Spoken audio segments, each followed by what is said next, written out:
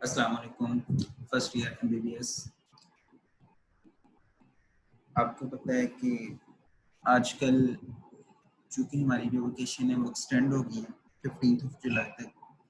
सो ये जो आपके पास टाइम है, इस टाइम को किस तरह यूटिलाइज करना है और आपने कौन कौन से ऐसे टॉपिक्स हैं जो कि बहुत ज़्यादा इम्पोर्टेंट है और प्रूफ के लिहाज से ज़्यादा इम्पोर्टेंट है, वो कवर करने आपने इन डेज में।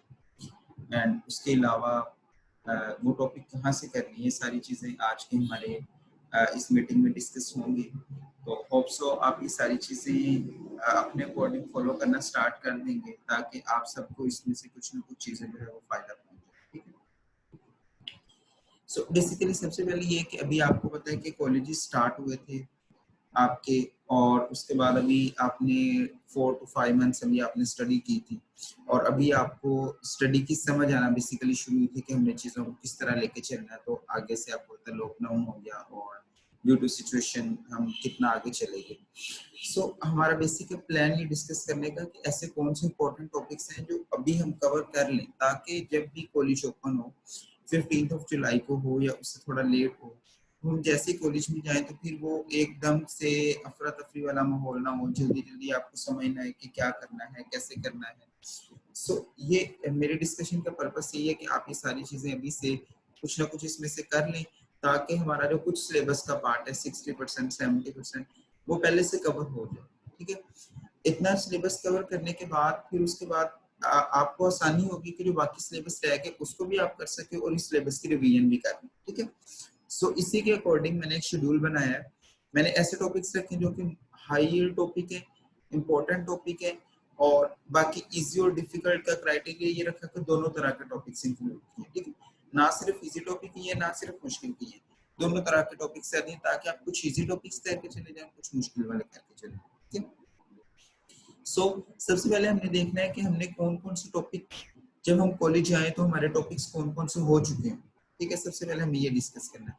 एनाटॉमी की तरफ आते हैं। आपको पता है एनाटॉमी सबसे लेंथी सब्जेक्ट है और आप एफएससी से एमकेट से मूव किया आपने, और सबसे पहले आते ही आपको सबसे मुश्किल जो चीज लग रही होगी एनाटॉमी समझने में लग रही होगी, क्योंकि फिजियो इज मोस्टली लाइक के जैसे आप पहले बायो पढ़ के आ चुके हैं एंड बायोकेम में भी बहुत सारी चीजें उस तरह की हैं। ठीक है।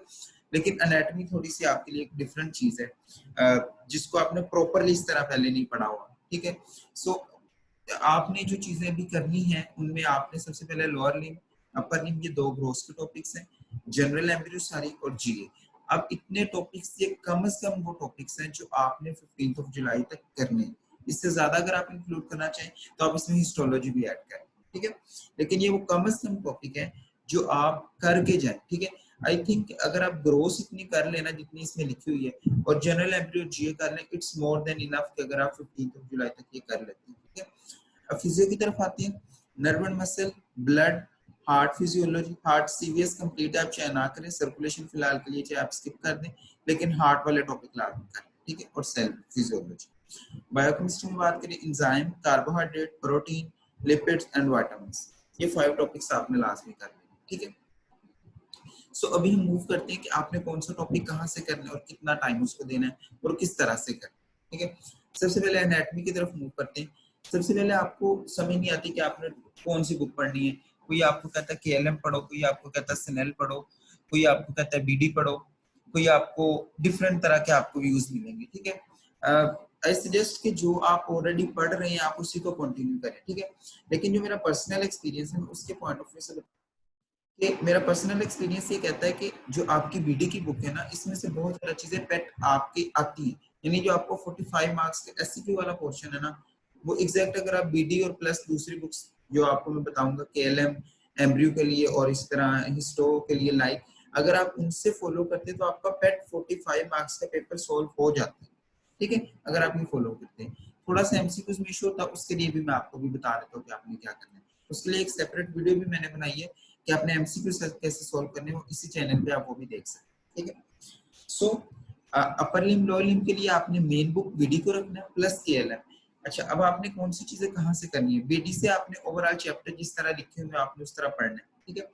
लेकिन क्या करना है, जो बीडी के अंदर आपकी ब्लड वेसल्स आएंगी, जो आपकी नर्व्स आएंगी, मसल टेबल्स आएंगे, वेन्स, जॉइंट्स, क्लिनिकल्स, ये आपने एक दफा बीडीसी स्किप कर देना, ठीक है। सो जस्ट आपने किस तरह ट्राई करना है, अगर आपने एक रीजन पहले पढ़ लिया कंप्लीट, फॉर एग्जांपल अगर आपने लोअर लिम्ब पढ़ लिया, मैं आपको एग्जांपल दे रहा हूँ, आपने लोअर लिम्ब पढ़ लिया फॉर एग्जांपल, तो आपने क्या करना है, सबसे पहले बीडी से स्टार्ट करना है।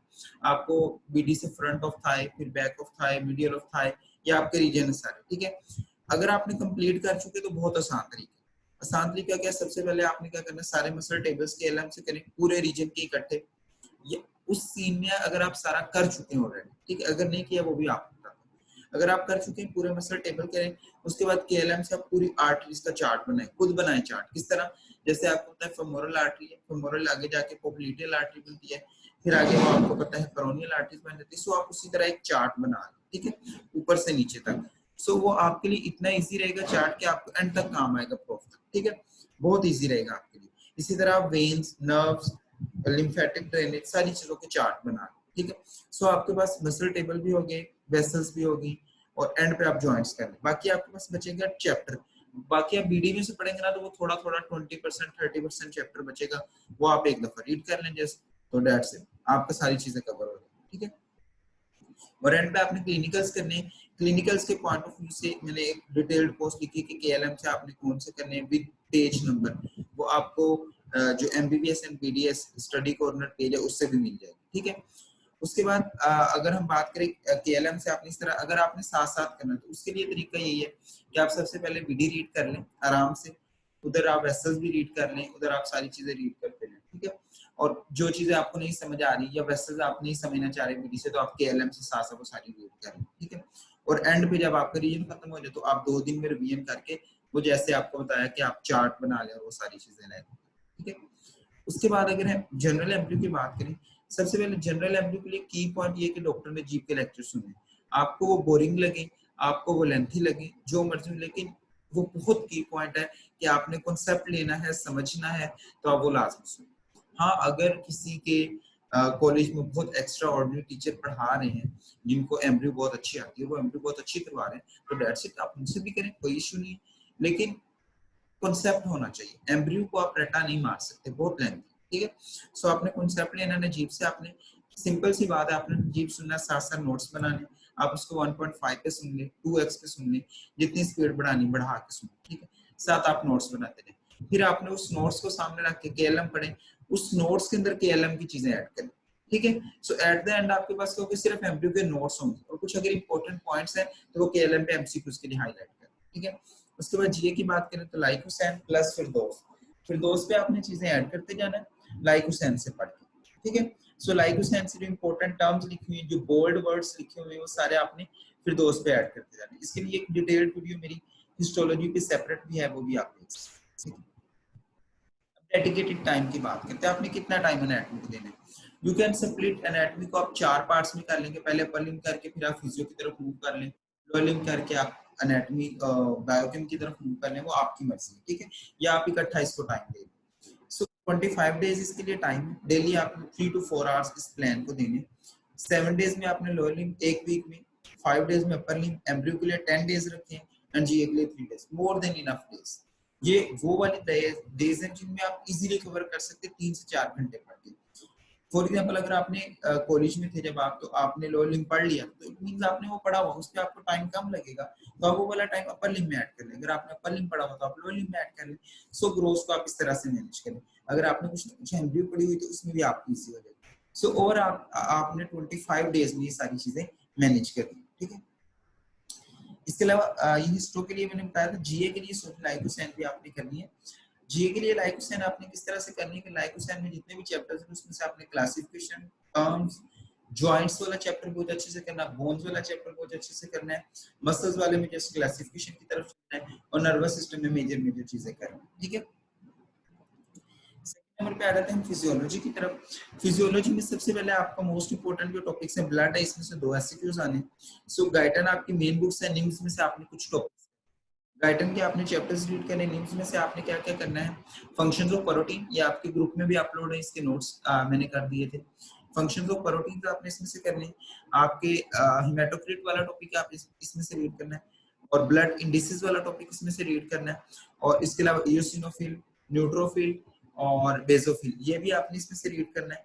और लास्ट नंबर पे आपका इम्यूनिटी की क्लासिफिकेशन भी आपने इसमें से करनी। सो ये आपने नीम्स में से टॉपिक करनी, ठीक है। ये सारे अपलोड हैं पेज पे भी और ग्रुप में भी। उसके बाद बाकी आपने इसी तरह लेके चलना है। नर्व एंड मसल की बात करें, गायटन एंड जेपी। जेपी में से आपने क्या करना है, क्लासिफिकेशन करनी है मसल्स की, और रिसेप्टर्स की क्लासिफिकेशन करनी है, फाइबर्स की क्लासिफिकेशन करनी है, ये जेपी में से आपने करनी है। और इसके अलावा आपने potentials, compound potential, complex potential, simple potential, action potential, local potential, acute, ये सारे आपने इसकी डेफिनेशन जो है ये आपने जेपी में से करनी, बाकी आपने गायटन में से रीड करनी। सीवीएस सिंपली आपने जो हार्ट वाला टॉपिक है सिर्फ अभी करना है, 5 चैप्टर्स है आपने गायटन से रीड करने, सिर्फ जो ईसीजी वाला चैप्टर है वो आपने पूरा का पूरा जेपी से रीड करना है।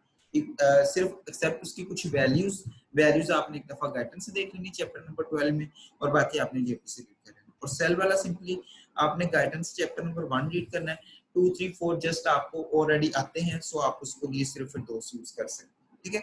सो आई रिकमेंड कि आप इसी तरह इसी पैटर्न के साथ चलें।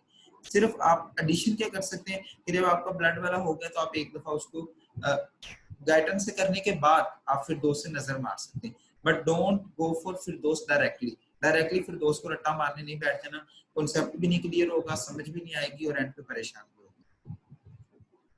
Dedicated time 16 days in 4 topics के लिए, ब्लड के लिए 5 डेज रखें, नर्व एंड मसल के लिए 4, हार्ट के लिए 5 चैप्टर्स 5 डेज एंड सेल के लिए 2 डेज। आप इसको अरेंज भी कर सकते हैं, जो टॉपिक आपको पहले आता है आप उसको एक्सचेंज करके टाइम आगे पीछे भी कर सकते हैं, ठीक है।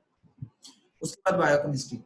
बायोकेमिस्ट्री में मुश्किल चीज ये है कि इसका सिलेबस बहुत स्कैटर्ड है, 5 to 6 बुक्स रिकमेंड की जाती हैं, मुश्ताक पढ़ो, सत्या पढ़ो, लिपनकोट पढ़ो, हार्पर्स पढ़ो, इसके अलावा भी आपको बताई जाती है, फाइक पढ़ो, बहुत सारी बुक्स आपको बताई जाती है, ठीक है। लेकिन आई रिकमेंड कि आप मेन बुक लिपनकोट को रखें, बाकी सारी बुक उसको असिस्ट करने के लिए क्या कि आपने एक टॉपिक करना है ना, एक टॉपिक आपका लिपनकोट से नहीं हो सकता, इसी तरह आपने एक टॉपिक करना तो आपका हार्पर से नहीं हो सकता, आप जो मर्जी कर ले, प्रूफ में पेपर जो है ना वो डिफरेंट तरह की बुक से बन के आ रहा है, ठीक है।